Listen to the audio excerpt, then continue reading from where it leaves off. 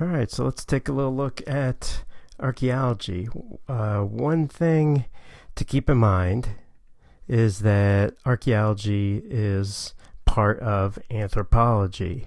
Right? The way archaeology works for the most part in the United States is that archaeology is a part of the wider field of anthropology, which is the department you're actually taking this class in. Some of you may have taken anthropology classes before. Some of you, this might be your first one. So anthropology, from the name, means the study, right, logos, of humans, anthropos. So it's essentially the study of humankind using biology, using culture, using history, and using language. So typically in an anthropology department, you have 4 subfields. In our department, we're lucky because we have professors in each of these 4 subfields. So cultural anthropology is probably what you think of when you think of an anthropologist, someone who might study another culture, study a different people, look at essentially the culture of another group. And by culture, we mean beliefs and practices, right? Culture is mainly a mental construct. So that's cultural anthropology. So, a cultural anthropologist might go to another culture to learn about, let's say, maybe their kinship system. Physical or biological anthropology looks at human evolution, also through studying ancient fossils, but also through studying primates. So biological anthropologists or physical anthropologists will study our closest living relatives, right? They like the chimps or other kinds of primates, but also study the human evolution through ancient hominids and fossils, but also look at modern variation in biology, right? So why are there differences in biology across the globe? That's something a biological anthropologist would be interested in. We're going to focus on archaeology. Archaeology is looking at the past of humans. And since, everyone we study is dead, we can't ask some questions. So the only way we can get at culture is through what they left behind, which we tend to call material culture, right? Material cultures are the physical remains of a culture. So a culture anthropologist could ask somebody, let's say that they were studying, what's the significance behind this picture I see? And they can give you an explanation. Archaeologists can't do that. You can find the picture, or you can find that item that is a product of the culture, but then you have to use that to try and figure out what the belief system is. Linguistic anthropology looks at the interplay between language and culture, how language affects culture, how culture affects language. The example that a lot of people like to use is the Inuit in the Arctic, right? They have many words for snow. It's not surprising given their environment. But not many people realize that the different names for snow that they have are linguistically different, right? That is, it's not a word for snow and then a modifier attached to it like we would do, like wet snow, dry snow, heavy snow. The terms are actually completely different words. So that is what really makes the example hit home, that, not only are they describing their environment, but they're doing it in a very elaborate way. Okay, so why is anthropology this way in the United States? Mainly because of the influence of one individual, Franz Boas, who set up the first anthropology departments here in the United States, right? He started the first one at Columbia. His students started other anthropology departments in other places, like Berkeley and Northwestern. And so he kind of set up anthropology as very holistic. Holistic means that you're studying things from the whole, in totality. So he came up with the concept of looking at of humans in every possible way, right? Looking at their history, looking at their present day culture, looking at their biology, and looking at their language. And so this is typically the way archaeology is done today. There's a lot of myths, obviously, about archaeology. I'm sure you have seen this movie or maybe seen bits and pieces of this movie, right? And unfortunately, a lot of people think this is the way archaeology works, that it involves trying to find some long-lost artifact, right? But as the focus of the research is on something that you might know about from history or legend, then you're trying to essentially find the remains of it. And as we're going to see, obviously, that's not the way archaeology works. There are lots of misconceptions when it comes to archaeology. So times when I've told people I'm an archaeologist, I usually hear stuff about Indiana Jones, or some people think that archaeologists dig up dinosaurs, and I have to tell them, no, that's paleontology. Archaeology only focuses on humans. Or they say, can you make any money with that? Do you get to keep what you find? No, archaeologists don't keep what they find. Most of the materials end up in a university or a museum to be housed and studied, essentially. Another interesting thing about Indiana Jones is that one of my pet peeves is when people think that it was based on a real archaeologist. The character was not based on a real archaeologist. It was actually based on another movie called Secret of the Incas, where you could see here's Charlton Heston. This is about 30 years before Raiders of the Lost Ark. Leather jacket, fedora, gold medallion thing under his arm. It's this movie that kind of inspired the character. All right, so let's look at some real archaeology. So what do archaeologists try to do? Well, in many ways, you can think of three goals of archaeology. There's some basic questions that archaeologists want to answer if they're, let's say, excavating at a site. And think of it in terms of like the why question or the W questions they hear about in journalism class occasionally. Right? So who, what, and when. That's very basic. Who lived at a site? What time period did they live there? What were they doing there? Right? What sort of things were going on? Events. Archaeologists call this culture history. It's the history of that particular culture. Okay. What's another thing that archaeologists would want to know? They would want to know how they made a living.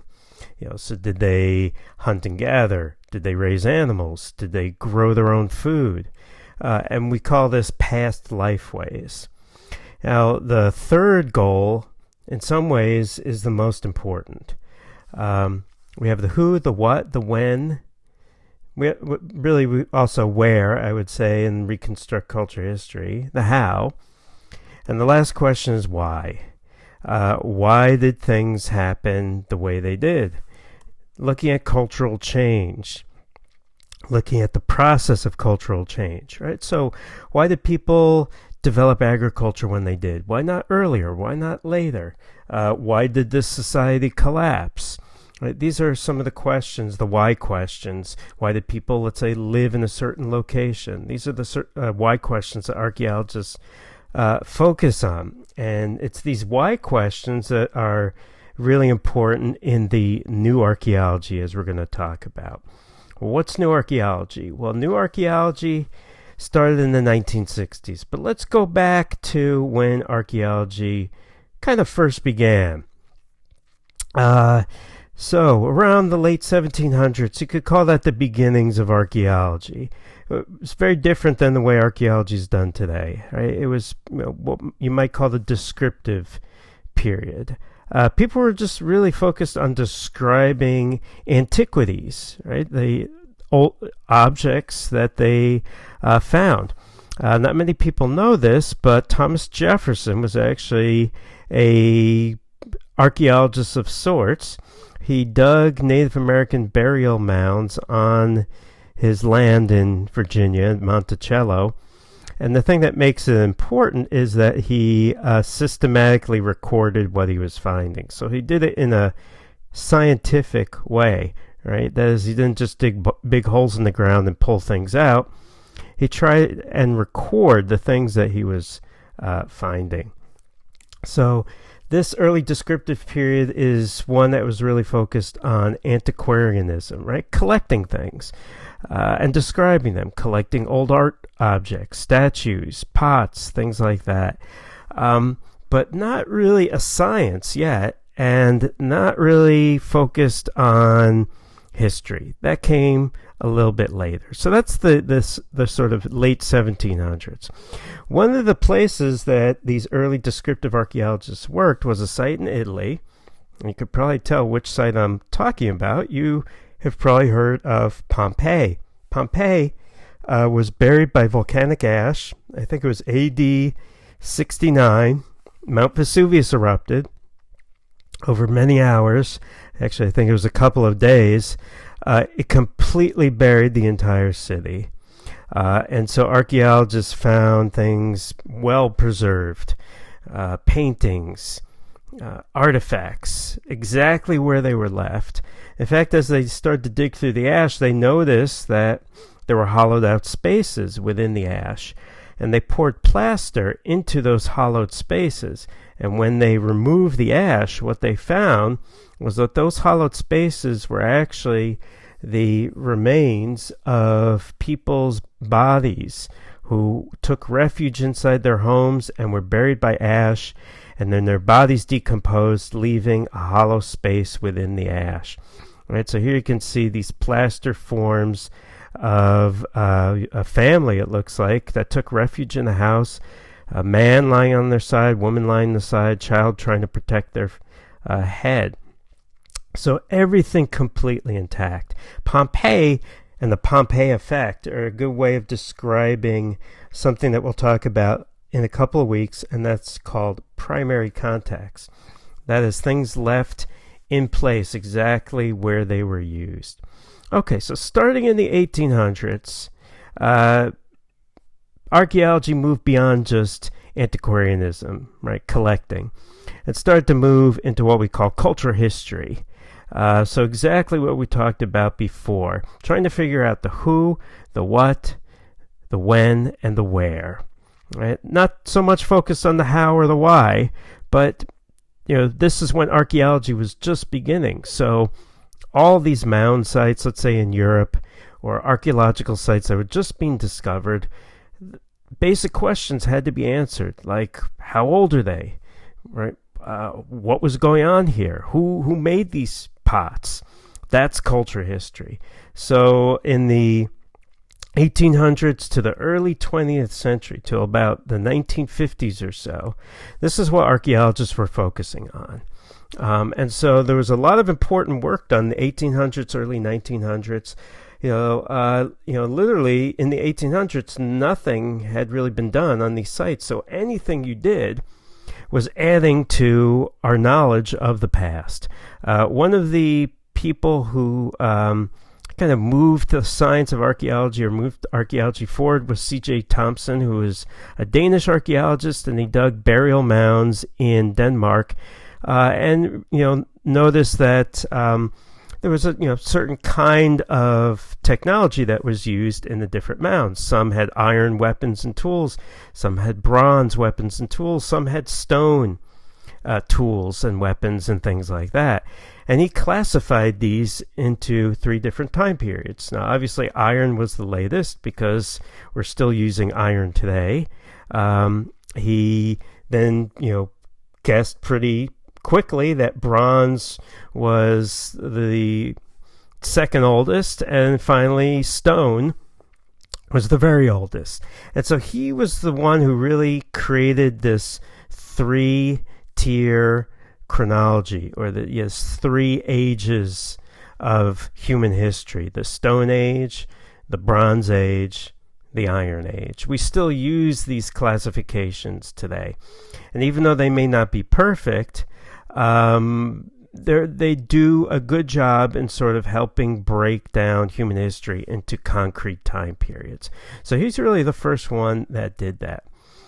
Darwin and the Origin of Species had a big impact on archaeology because it made archaeologists think in terms of change over time, and sometimes misused evolutionary biology, right? So in evolution, there's kind of an interpretation that things are getting more complex.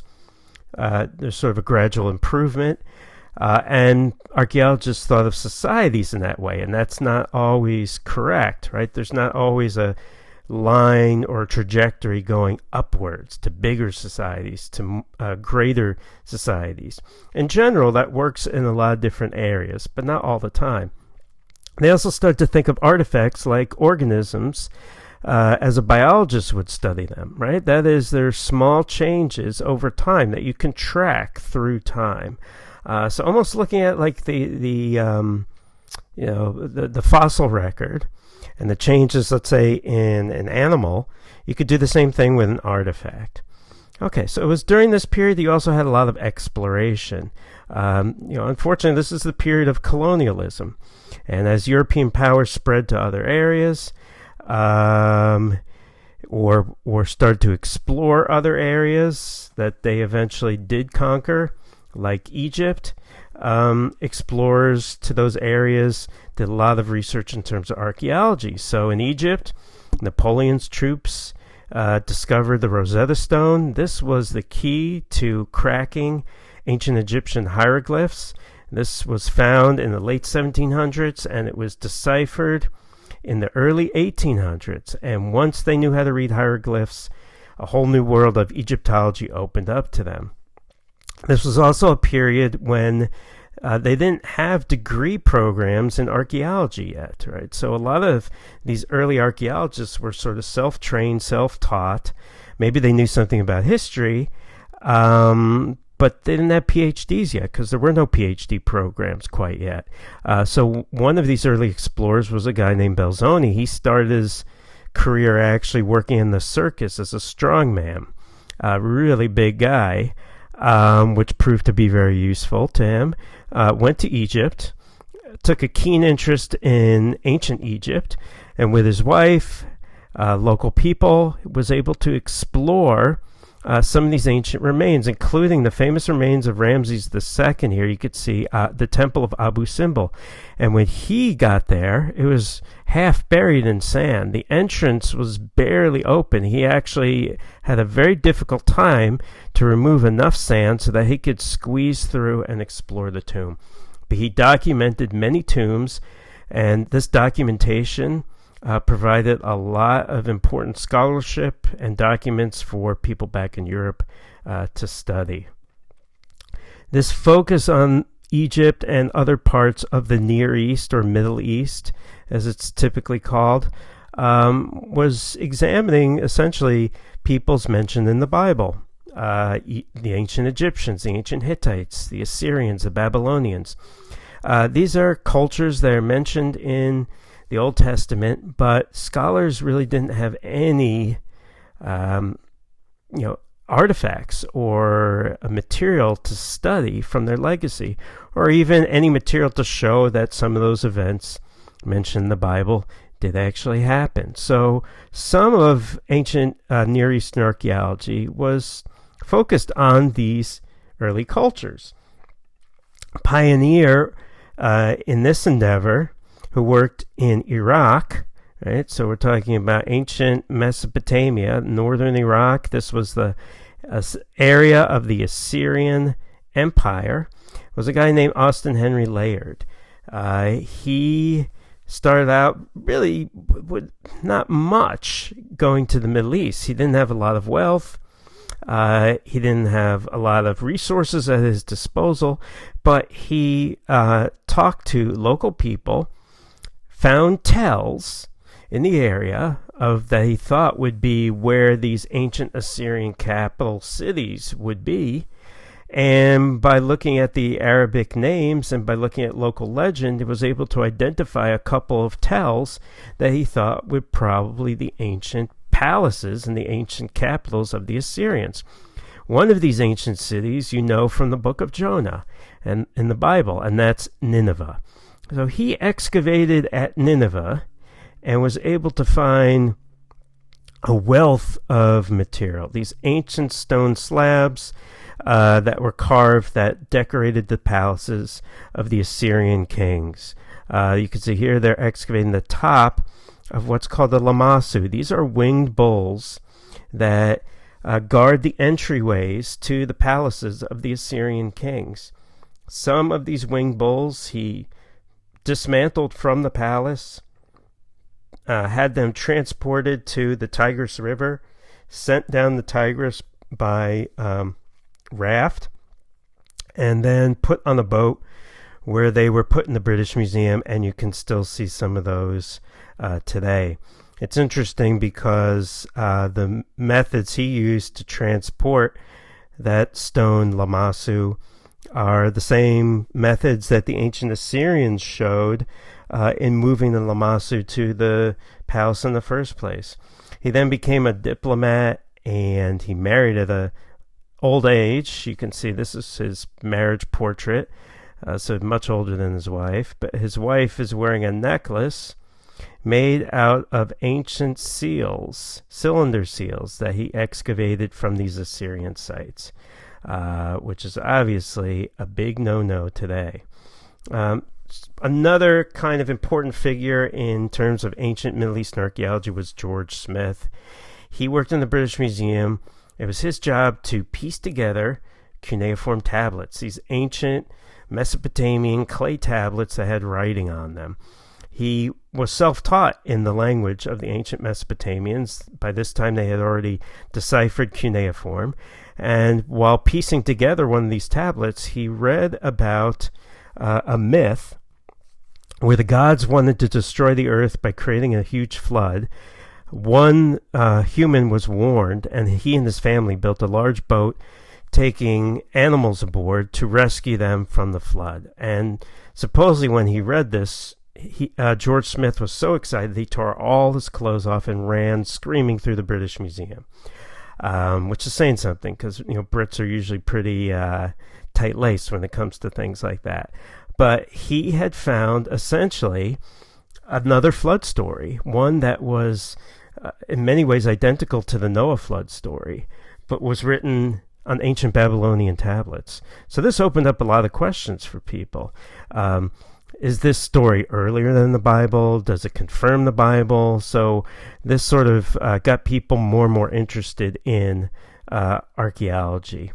One of the most famous archaeologists, even though he wasn't a very good archaeologist, was Heinrich Schliemann, who liked to aggrandize his own himself and sort of boost his own reputation. He incorrectly claims that he was the first one to identify the mound that was the ancient city of Troy, and that's actually not true. He was looking for a ancient site that could possibly be the ancient city of Troy, but it was an American archaeologist who was already working at that location who convinced Heinrich Schliemann that that site was in fact the ancient city of Troy. Now, he excavated at Troy. The way I've seen it described is right place, wrong city. He was digging in Troy, in what was the ancient site of Troy. It was the city that's mentioned in the Iliad, where Achilles and the other Greeks made war. The famous tale of the Trojan War. But that was one city in a series of something like 11 cities. This was a tell site, right? Because people lived at the site of Troy for hundreds of years in the same place. All that debris built up, and what you ended up having was a tell. Now, because Heinrich Schliemann was working on a tell, but because the ancient people, the ancient Greeks especially, removed stuff from the top of the tell before they built, and we're talking about Greeks much later than the Trojan War. Here you can see in red, this is the time period of the Trojan War, 1200 BC. There was more material on top of that. The tell was probably shaped like this. Then, around 500 BC, a little bit later, classical Greeks came to the site and built a temple and other series of buildings here. But they also leveled up some of the 1200 BC remains and basically pushed them off the tell. So when Heinrich Schliemann was excavating here, he got to the city of Troy from the Trojan War, which is what he was after, but it was pretty high up. And not paying attention to stratigraphy and not knowing enough about the site, he incorrectly assumed that this period was much later. So he blasted through that and found a city from about 3000 BC, a little bit later than that. So about 2,000 years earlier than the Trojan War, and said that was the city of Troy from the Trojan War. So yes, he had found a city. It was in the site of Troy, but it was much earlier than the Troy that he was looking for. So he misidentified artifacts from this early period as actually coming from the time period of Troy. And he also, his record keeping was not so great. Archaeologists working at Troy today talk about the problems that Heinrich Schliemann created.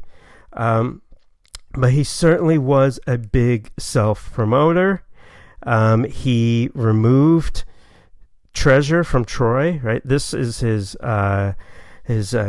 Greek-born wife, Sophia, wearing some of the treasures from Troy. He most likely smuggled this treasure out of Turkey, which is where Troy still is today, without knowledge of the Turkish authorities. If they had known, they would not have let him take the treasure out. It ended up in Germany, and then eventually in Russia. He also dug at Mycenae, which is another city that's mentioned in the Tales of Troy. So he was important in the fact that he excavated at Troy. He certainly created a lot of interest in archaeology, but he was actually not a very good archaeologist and didn't really move the field forward. People who did move the practice of archaeology forward very well were his compatriots, other Germans, who were digging at sites in Greece and Turkey, especially Germans who were digging at the ancient site of Olympia, from where we get the Olympic Games.